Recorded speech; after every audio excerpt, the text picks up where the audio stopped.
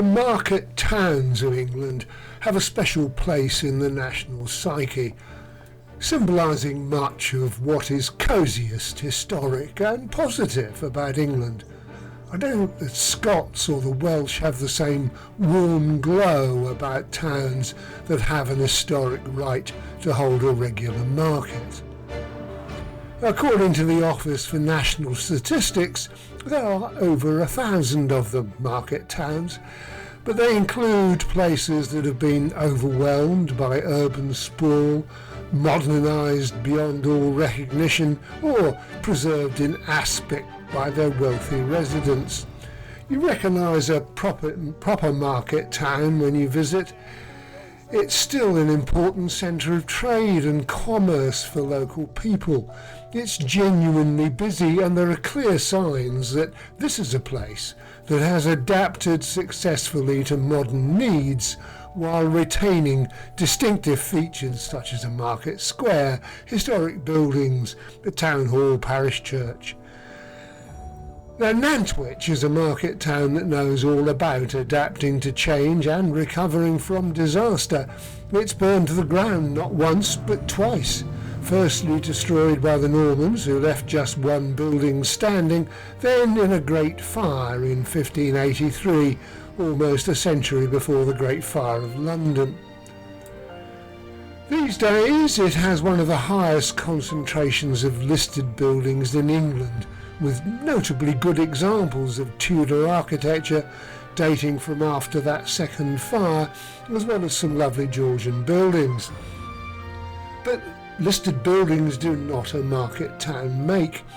At a time when so many town centres have been decimated by the closure of a series of national chains of shops, massive cuts in government funding for local councils, and the trauma of customers switching to online shopping, Nantwich seems almost unaffected, and the 14,000 odd inhabitants, along with the people of the surrounding Cheshire villages, bustle around the streets on a steel grey, dull and bitterly cold January day, much as their predecessors have done for centuries. That's true, there are some empty shops, nowhere is immune from economic realities, but they seem to be swiftly refilled. For instance, the premises of our favourite butcher and pie maker, now empty, is already under offer.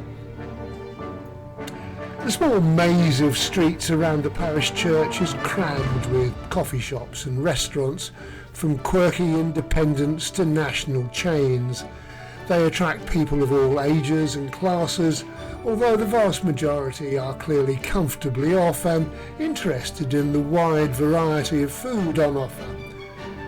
There are still a couple of upmarket butchers, several vintners, a fishmonger and a greengrocer, to say nothing of a cheesemonger, perhaps more. In fact, one of the reasons behind the prosperity of Nantwich has been the focus on food, with an annual cheese show and a major food event in the town each year.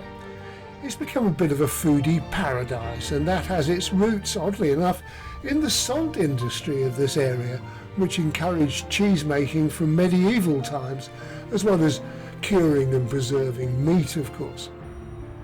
And here there are designer clothes shops and some very smart jewellers, along with artisan bakers and those gift shops that also sell coffee that seem so popular with ladies who lunch.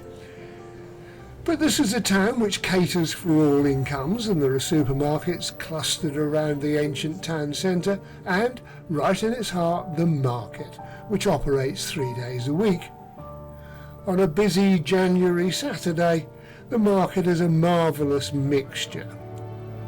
There are food stalls outside, backing onto the parish churchyard, and inside the market hall you can buy fresh chicken, cheese, of course, pies, and a good selection of fresh fish.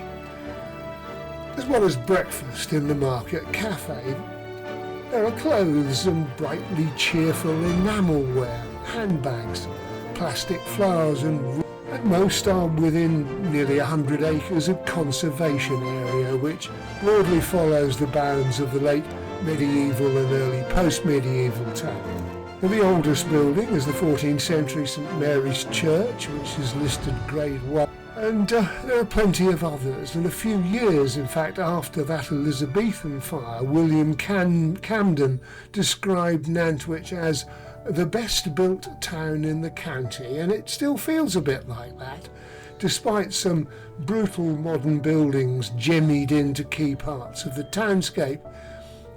For me, Nantwich is the archetypal market town, one of the best examples of how a thriving small town should be. Far too many towns of similar size are now in decline thanks to a perfect storm of national economic failures, underfunding and poor planning, which has allowed their trading hearts to be dissipated to peripheral retail parks. Nantwich has avoided most of those pitfalls, aided of course by being in one of the richest counties of the region, surrounded by wealthy villages, now homes to the well-heeled, from footballers to the businessmen who've come out of the nearby cities.